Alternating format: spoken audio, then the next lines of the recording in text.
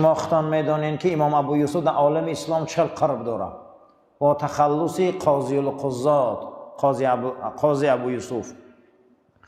وصیت نامه رقم 48 به این شاگرد ارجمندشان حضرت نصیحت میکنن: ابو یوسف فرزندم، مبادا در مجلس بحث و مناظره لرزیده حرف زنی، زیرا که هر کسی که در وقت بحث و مناظره و در وقت محکمه ها لرزیده گپ میزنه، خداوند ذهن او دا تشویشی میبیاره. زبانت که لرزید، بدنت که لرزید، مردم نسبت تو گمانی بد میکنن. در همه حالت نلرزیده نترسیده گپ زن. ناحق باشی تنبیه میشی، آگاه میشی. ناحق باشی جزات میگیری. حق باشی در این حالت غلبه میکنی.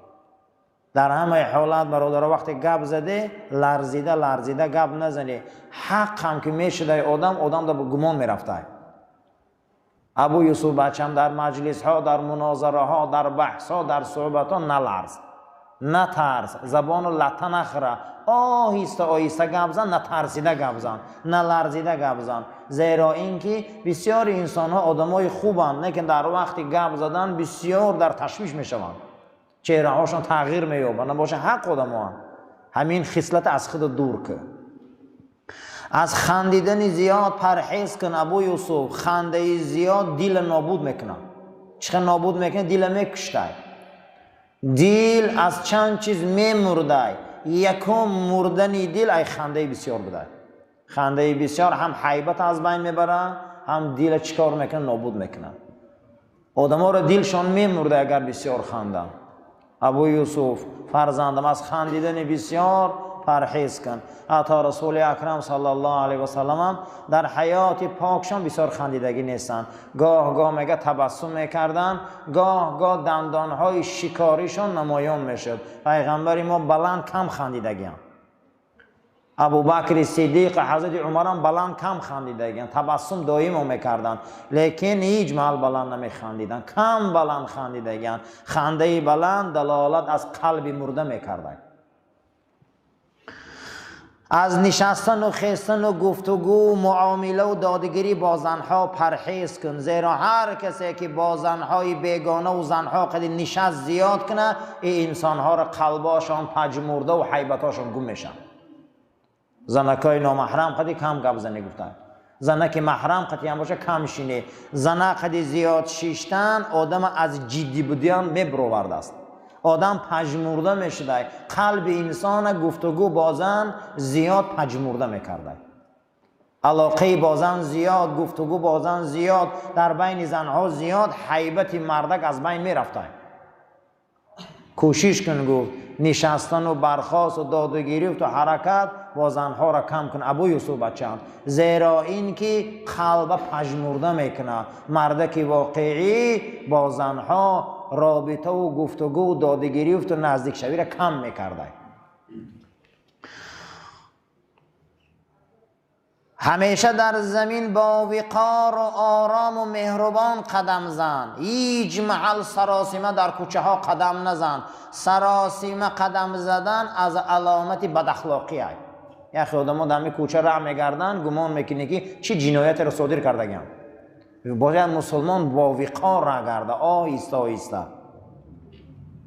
و در کارهات سراسیمه نشو. العجلة من الشیطان. سراسیمگی از ابلیس است. بادروا بالاعمال سبعا.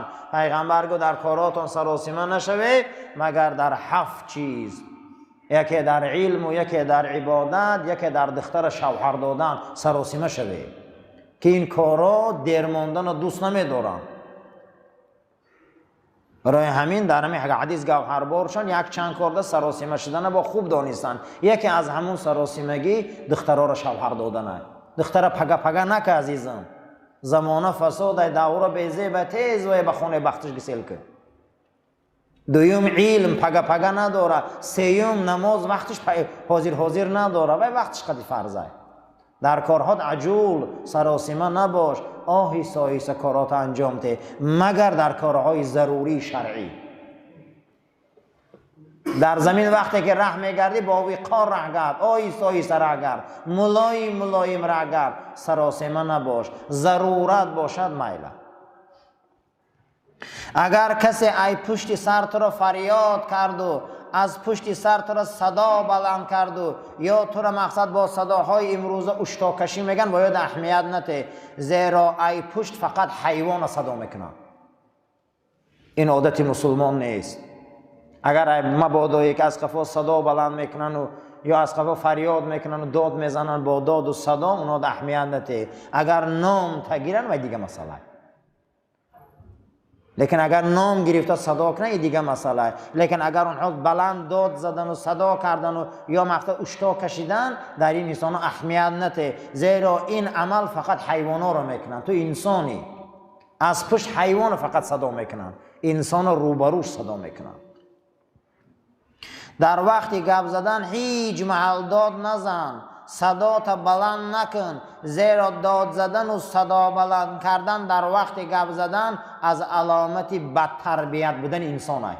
آدمای بد تربیت بلند گپ میزنن، داد میزنن. همین گپ زدن که همه آدمی که خطاب میکنه همون فهمه بس ایوخی. ای داد زدن اگر برکت میافت عزیزا، خر برکت میافت. همین صدا میکنه که 10 قشلاق میفهمه. اگر قصر مینداخت همین خراخ همه صاحب قصر میشدن. چی ما بلند گپ میزنیم؟ ما همین خیلی انسان‌های سگ مزاج، خر مزاج بسیار داریم. این از علامت تربیت بچه‌انه. ابو یوسف فرزندم، در وقتی گپ زدن داد نزن، صدا تا بلند نبرار. اگر گپ زدی پس گپ زن. صدا بلند کردن، داد زده گپ زدن، این از تربیت بد انسان‌ها رو چیکار میکنه؟ خبر میتیه. همیشه عادت کن ملایم بدنه، همیشه عادت کن ملایم گپ زدنه، همیشه کوشش کن آرام گشتنه، همیشه حرکت کن که ملایم باشه. هر کسی که ملایم و آرام باشه او انسان در بازار مردم قیمت داره. هر انسانی که آرام بوده باشه و هر انسانی ملایم شدن گیره و یک قیمتش بلند میشه. آدمای سراسیمه رو هیچ کس دوست نمیداره. آدمای سراسیمه حرکت میکردگی رو هیچ کس نقض نمیبینه. هر کسی را که خواهند گفته حرکت کن، کوشش کن، حرکت کن، کوشش کن که چقدر نرم باشی، چقدر ملایم باشی، همین بخاطر مشق کن. آدما از روی مشق قهرمان میشن، اما ما هم باید مشق کنیم برای ملایم شدن. باید با وقار باشیم، ملایم باشیم، آدمای نرم خوب باشیم. اینا مشق میکنی. همین قدر سلامت نرم باشه، همین قدر آغوشت نرم باشه، همین قدر گپ زنید نرم باشه، همین قدر در رفتارت ملایم باشه، این انسان ها در بازار انسانی قدر داشتیان، قیمتاشون بلند بود است. در پیش مردم همیشه ذکر خدا را زیاد کن، تا همون آدما قد بی معنی گپ زنه همیشه تسبیح گو. هر انسانی که در پیش می ایستن اونها را به تسبیح گفتن عادت کن. همین پیش مردم ده تا این قدر گپی بی معنی کردن تسبیح زنی و خوب بوده. همون انسان ها را نصیحت کردن در کار بوده که تسبیح گیری. پیش مردم ده فقط ذکر خدا کن، یاد خدا کن، اونها را به تسبیح گفتن عادت کن. هر کسی که مردم به سوی ذکر خدا می بیاره او یکی از اولیای خدا است. آدمای خدا دوستاشون میخواستن که به یاد خدا بیاید. برای خود یک وقت را معین کن ابو یوسف فرزندم که در اون نمازهای زیادی خوانی و قرآن خوانی. همیشه در مسجد قرآن بسیار خوان، همیشه در مسجد تسبیح زیاد گو. برای خودت وقت جدا کن برای قرآن و نمازهای زیادی. همیشه صبر پیشه کن، زیرا اینکه بزرگترین شکر در دین خدا این صبره. عزیزان این صبر قدی دنیا راست شدگی است، صبر قدی زندگی ها پیش می روه. سراسیمگی قدی هیچ کس به هیچ جا نمی رسه. از همه شکری بزرگ چی بیاد در نزد خدا؟ صبر.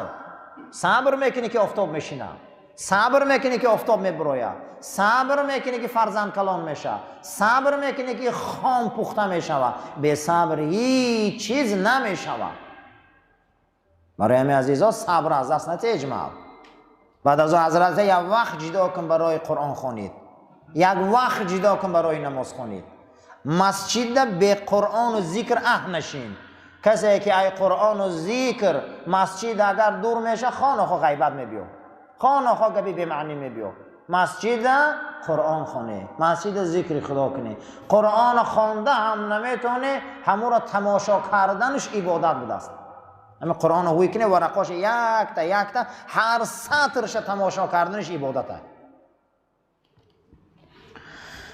در هر ماهی قمری روزه را معین کن، از آن جمله 3 روز اول، 3 روز بین، 3 روز آخر که در او روزه گیری. به اندک عبادت کفایگی نکن. در پیش مردم عوام با اندک عبادت رنگ عواما بارین اکتفا نکن. هر ماه کوشش کن ابو یوسف باید تو روزه نفل داشته باشی. دوشنبه پنجشنبه اگر 3 روز اول و بین آخر داشته باشی، این برای آن اطرافیان تو عبرت می شود. میگه ببین که داملا یا فلان امام یا جوره ما دوستی ما روزه داره دوشنبه پنجشنبه، بیا منم از همون اونس گیرم. هر ماه برای خود یک روز معین کن روزه گیر. هر ماه برای خودت معین کن 3 روز اول شاید 3 روز بین شاید 3 روز آخرش روزه گیر. به دنیا لازم است صوم نهانی، خوشا افطار خلدی جاودانی. کسی در این دنیا روزه زیاد میگرفته، فردا خدا او را به تمام طعامهای بهشت ضیافت میداده. یا رمضان قطعی نه، همین روزهای نفل قطعی خدا ضیافتش میداده. خوشا به حال مومینه که ماهای قمری در اقلا 2 روز یا 3 روز روزه داره.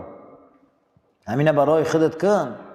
همیشه نفس تا مراقبت کن، نفس تا لجام زن، حریص نشو، تشنه نشو. زیرا ایرا نغز دان که تمام انسان ها را شومی ای نفسی خشان میخیزه. یا شوم میگن که کار شومی ای خیلی آدم میخیزه، ای نفسی خودش میخیزه است. کوشش که نفس مهار که، حریص مباش. و دیگر انسان ها در ذکر دنیا زیاد گپ نزن، اندکم که باشد در آخرت علم زیاد گپ زن. در پیش مردم ابو یوسف بچم تو عالم ای دنیا کم گپ زن. ای دنیا که کم گپ زدی تو آبرو میگیری. از آخرت علم زیاد گپ زن که مردم اصلی چی آخرت یاد گیرن، اصلی علم یاد گیرن. همین عالم قدی 4 تا عوام شینه و همین هم قطعی هوایو قوش و دیگه و بعد سر کنن از تمام قشلاق دیحت غیبتش. فرق همه عالم همه عوامو چیه؟ همه فرقش؟ عالم که میشینه باید یک ذکر آخرت گپ زنه. عالم که میشینه یک قصه آخرت گپ زنه، یا ذکر علم گپ زنه، یا مسائل شرع گپ زنه. 4 عوام ای علم بهره‌مند شوند. ابو یوسف فرزندم همی کارا که هیچ محل خودت خرید و فروش مکن. برای انجام تجارت آدم گیر، او دا آیلیک که مورد باورید باشه. هر کسی که خودش سودا میکنه تجارت میکنه، این انسان ها را ملایمیش آبروش از بین میره و وقت بهوده در تجارت و زراعت بازار نگذرون. یا آدم در جاد منکر کنه و هم صاحب زندگی شوه و تو بارا تأمین که خودت نکن این کارا را. زیرا تاجرها زیادش وقتاشون بهوده میگذره، هیچی از آخرت دنیا نمیگیرن. یا چقدر سر میبرداره، سر سفید شده، باور کنید دیگه هیچی هم نداره. همین بسیار همین سوداگرا را تماشا کنیم، باور کنید همین نماز نمیدونن چه خیلی میخونن، نمیدونن همین نمازاشون چه خیلی میخونن بیچاره. کوشش کن که در وقت سودا میکنی یا آدم گیر که به محتاج به همون کار رو باره و هم صاحب نام که برشه بیار تامین که مورد احترامت باشه، خودت کم به این مشغول شو. زیرا اکثریت تجارت انسانها را وقت بهوده میگذرونه، وقت بهوده میگذره. نه از آخرت چیزی جمع کردین، نه از علم دنیا و دین چیزی دارن. یک کسی کرایه کن که او محتاجه، او هم صاحب نان میشه و فرزندم تو چیکار میکنی؟ با تو هم ثواب میگیری، با یک عائله دیگر صاحب نان میکنی. هیچگاه در کارها چی دنیایی باشه چی آخرتی باشه بے پروا نشو، زیرا خدا ای دنیا و آخرت هر بندش میپرسه. قسم به خدا ای یک خرسچوجه میپرسه منایخ باشه، ای یک اولاق خر میپرسه. خیلی گمون نکنید دنیا به صحیبه. ای دنیاوی هم خدا میپرسه، از اخروی هم خدا میپرسه. هیچ محل در این کارا به سهم نباش. نگو این کاری دنیا، نه، هم دنیا را خدا میپرسه هم آخرت. به اهمیت نشو، اینا رو پروردگار میپرسه. اللهم ربنا تقبل منا انك انت السميع العليم وتب علينا انك انت رؤوف الرحيم برحمتك یا ارحم الراحمین. صفاتنا راست گیری عزیزا. مسلمانا، بنده های خدا، برادرای عزیز، هممون، امام غزالی گفته است که شکر یگانه کلمه هست که برابر دی ذکر در قرآن پی هم اومده. در قرآن خدا نگفته است که نماز بسیار خونه، نگفته روزه را بسیار گیری، نگفته است حج بسیار کنی، نگفته است بسیار، اما گفته است که وذکر الله ذکرا کثیرا، ذکر بسیار گوی. اینه بینین که نماز مهمترین عبادت در اسلام است، اما خدا میگه ذکر بسیار کنی. ذکر خیلی زیاد کنی، میگه ذکر اندازه نداره. نماز پیغمبر نماز شب 8 رکعت اندازش معلوم کرد، نماز بامداد 4 رکعت اندازش معلوم شد، نماز پیشین 10 رکعت اندازش معلوم شد، اما ذکر اندازه نداره. 1000 بار سبحان الله گو، 10,000 بار گو، 100,000 بار گو. یگان چیز مثل ذکر چیزی بزرگ نبوده است. دو چیز قلب پاک میکرده، دو چیز قلب پاک میکرده، قلب رنگ آینه میکرده، گناه میشوشته، قلب روشن میشده. یکم یادی خالق حق، دویم پیرو بودن به سنت پاک رسول الله. این دو چیز قلب پاک میکرده. پاکننده قلب دو چیز بوده عزیزا. ذکرم آن که رو تابد زی دنیا، ایاد خدا بسیار آدم را ننگشان میبیا. باور کنه زنی همسایه را هم گپ زده سیان دخترشم، پولی همسایه دام کار دارن ماشینش دام، گاوی همسایه دا کار داره بزشتم. من نمیدونم که اینا چی وظیفه دارن، همه چیزی مردم حساب کرده میرون. چی به میگه آخ شما کار میکنه؟ شما نخوا که ای سبحان الله ننگتان بیایم، نخوا شما ای الحمدلله ننگتان بیایم، نخوا شما ای الله اکبر ننگتان بیایم. خدا گندگی کرده ایتون رو نامشنه میگیری. میشینیم و ای میشمیش گپ گپ تمامی زندگی آدم ها رو محاکمه میکنیم. نگه انا باید به حضرت در کتاب همین ضمن آیه مبارکه فإن له معیشة ضنکا، کسای خیلیان میگه ما را یاد نمیکنن، از ما دوری میجویم، یاد ما را نمیبیارن، ما برای او زندگی تنگ میبیاریم، زندگی معیشت تنگ. برای همین حضرت هم آورده است که ذکرم آن که رو تابد به دنیا، که فردا حشر سازم زشت و اعما. فردا میخسیان چهره هاشون تغییر یافتگی، چشما کور. چی با همین روز 1,000,000 کلمه گپ میزنه و خانه آباد 100 بار سبحان الله نداره درشته. ما را خدا برای این آفریده که پول یک کس حساب کنیم، آخی مال یک کس حساب کنیم، زن یک کس محاکمه کنیم، دختر یک کس محاکمه کنیم. حضرت عمر گفته که مردم بسیار عیبش نکاوی آخی، زیرا این که در این دنیا آدم نمیمونه. کیه به عیب؟ آدم ها را بسیار گفته عقیده هاشون غم نتی. اگر ای روی عقیده و ایدئال انسان کاوی گفته در پرایش ما یگان آدم نمیمونه. کیه ایدئال نی؟ فقط پیغمبران، هیچ کس نیست دیگه. واسه بسیار انسان ها به عقلن میگن وای قاری را بین، وای مولا را بین. آخی وای هم انسانه، وای مولا شد قاری شد گفته وای دیگه حکم ملائکه داره و یگان چیز نداره و هیچ چیز. حتی که صحابه را ما حق نداریم که ای گناه پاک نیستن، فقط پیغمبر ای گناه تازه. برای همین فکر را دور کنیم. ذکرم آن که رو تابد به دنیا، که فردا حشر خیزر، که فردا حشر سازم زشت و اعما.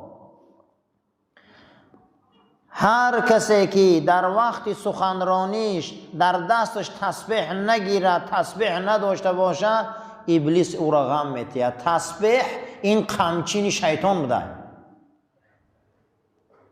قمچین ابلیس بوده است. فردا از این کارهایی که یاد خدا نمیبیاریم، خدا ما معیشت تنگ میتید. یکمین چیزی که قلب تازه میکرده است این یاد حضرت دوست بوده. دویمین چیزی که قلب تازه میکرده پیرو بودن به سنت پاک رسول الله بوده. سنت زنده کردن در کو. دوستم گفته مسلمان خدا در قرآن ذکر آورد، برآورد ذکر شکر آورد. خدا گو ولی ذکر الله اکبر، ای همه بزرگترین چیز این ذکر خدای بزرگه. در دیگر جاش گفت من یاد کنه شما را یاد میکنم. سبحان الله. من یاد کنه من شما را یاد میکنم. من شکرانه کنه ناشکری نکنه.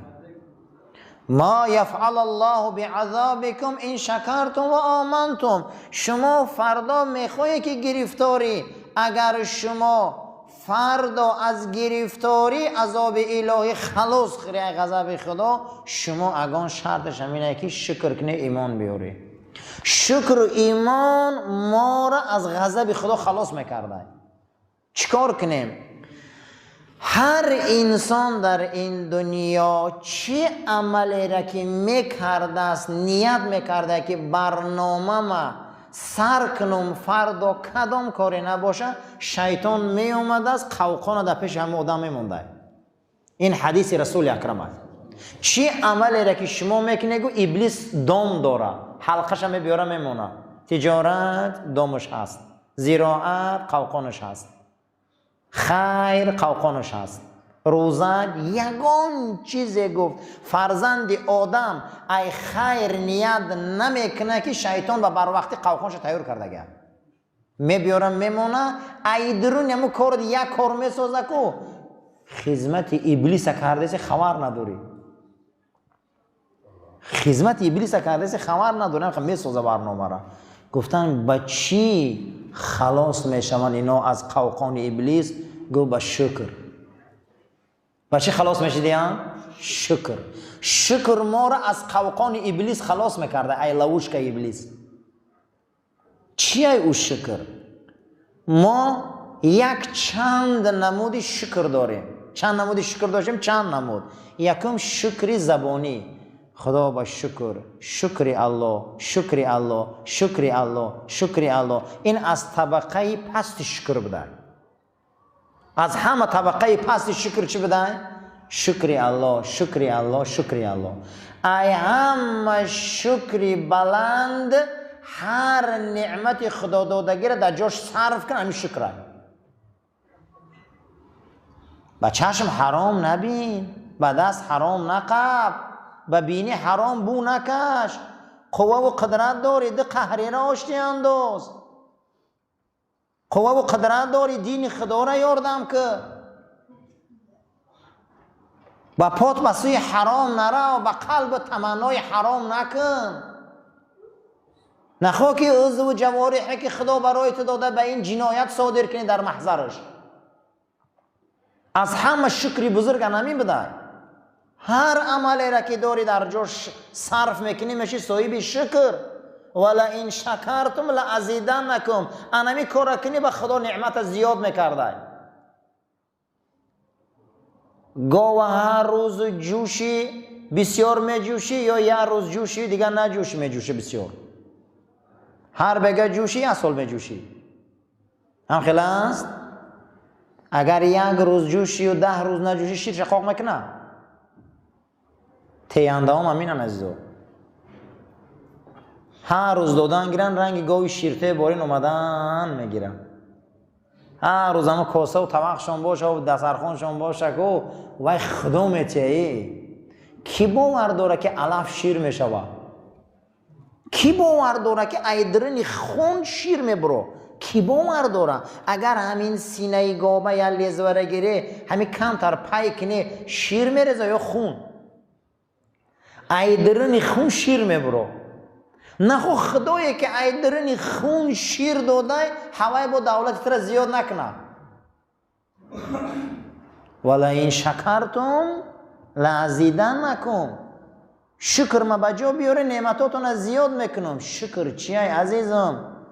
داناگیتا برای خلق خدا صرف کن، داراییتا برای اولاد کمبغل و نادار و فقیر صرف کن، علم تا برای جاهلا صرف کن، قوت تا برای دتا قهری را آشتی انداختن صرف کن، ناموس تا برای زنی مسلمان را به شوهر دادن صرف کن. انا شکر. این خیلی تصویر گیری و شکر گفته شینی. این پسترین طبقه شکر بده. انا این شکر عزیزا. من یکی از همین شکر همین تلفن تکش ای سرد مونا. برای همین عزیزا این همیشه که اینو شکری و این همیشه. این همین شکر میکنن. علما گاو زده سن، علیم گاو زده سن، میش نه تلفن گفتم.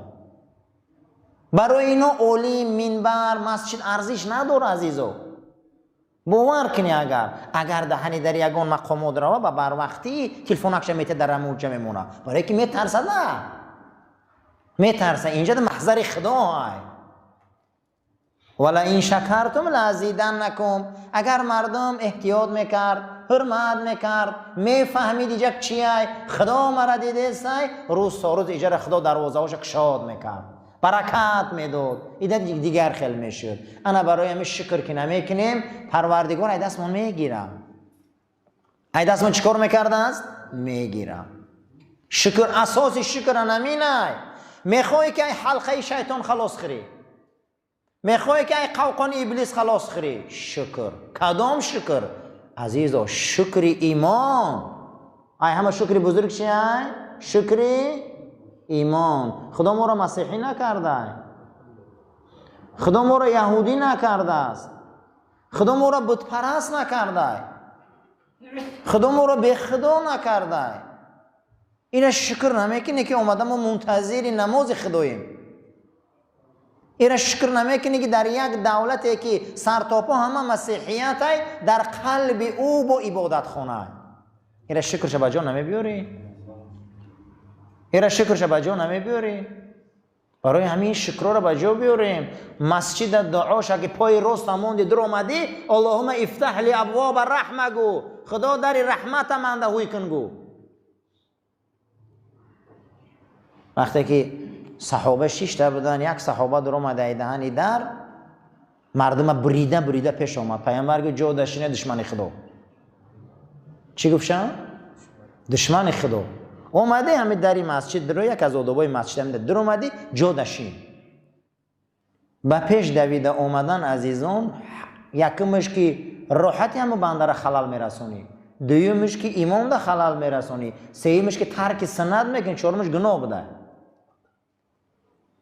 یکی از آدابای مسجد شکرش چی بوده؟ با پای راست درو اللهم افتح لی ابواب الرحمه. خدایو من رحمت گوشکنی آمدم، من رحمت دا آمدم، گناه ما بخش، من کمبوتیم زیاده، من آمدم که ایجاد گناه من بخشی. تو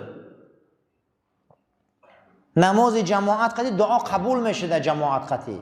شاید در درین این اشخاصای باشن که نزد خدا دا معتبرن، با توفیل اونها پروردگار گناه ما را بخشه. این خیلی از جماعت نباشه نماز در خانه درست بشه یا نه؟ البته در همون خانه درست میشه نماز، چه به جمعیت میشود. بسیار از ناشکری ها و انا همین روزا آمده را میرسه. ولا این شکرتم لازیدنکم. شوخ الله جل و علا شانو میگه شما شکر گزار شوید من زیادش میکنم. ای هم شکری بزرگ همین ای عزیزا که هر یک چیزی که الله در بدن من داده همین را در جوش صرف کنیم. در جوش. عالم علمش جاهل دته، با قوت ضعیف دته، پولدار پولش در یک آدم مظلوم و نادار و کمبغل ته که روز شوه. هیچ محل ما به آخرت ایمان داریم یا نه؟ ما در چی در کنه دیگه طعنه دادن من نمیشدم، من این میشدم، من نمیشدم در اوجا میرفته. که چیزی که هست ما به قیامت ایمان داریم، خالصا لله باشه، پگه اجرش اوجا میگیریم. پگه انسان ها حسرت میخوردن در قیامت ثواب میدیدن، میگفتن کاش که زیادش میکردیم.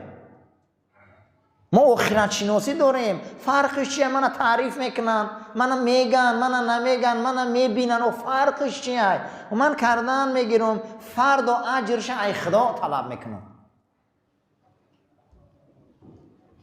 الله جل و علا شأنه در قرآن داستان میزنه، مثل داستان میزنه، میگه از بین خون و از بین پاروی گاو من بیرون میبرارم لبنن خالصن، شیری تازه ای بین خون و از بین پارو میبرآورده خدا.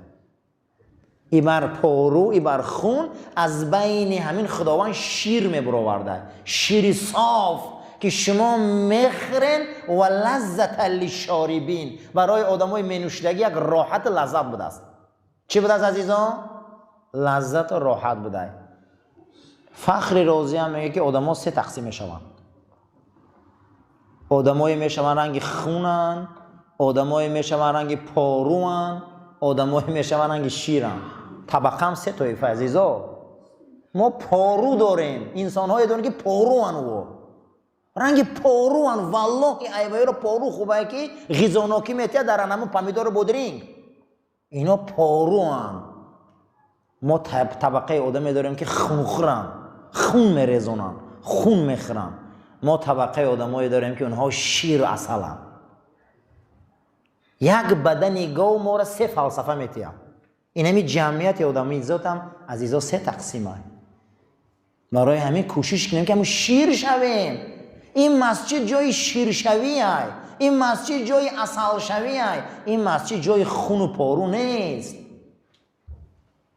برای همین می بیاییم شکر کنیم عزیزا، شکر کنیم که همین خانه خدا را چراغش روشنه، شکر کنیم که خانه خدای خود طلبگار داره، شکر کنیم که اینجا یاد خدا میبروید، شکر کنیم در اینجا راستیه. اگر چراغ همینجا هم خاموش لگی باشه، این ساعت ما به دیگه کارا مشغولیم. به حد قدر کردن در کاره، به حد قدر کردن در کاره. قسم به خدا قدر شکر کنیم، پروردگار برای ما از این زیادتاش هم میتیه. ما همین قشنگ که اداره کردن نتونیم، ای کجا ما در مسجد کلان تیم؟ او را خدا میتیه، والله او را خدا عنایت میکنه. اللهم ربنا تقبل منا انك انت السميع العليم وتب علينا انك انت رؤوف الرحيم برحمتك يا ارحم الراحمين. صفاتنا راست گیری عزیزا، تلفناتونو خاموش کنین، آماده به نماز.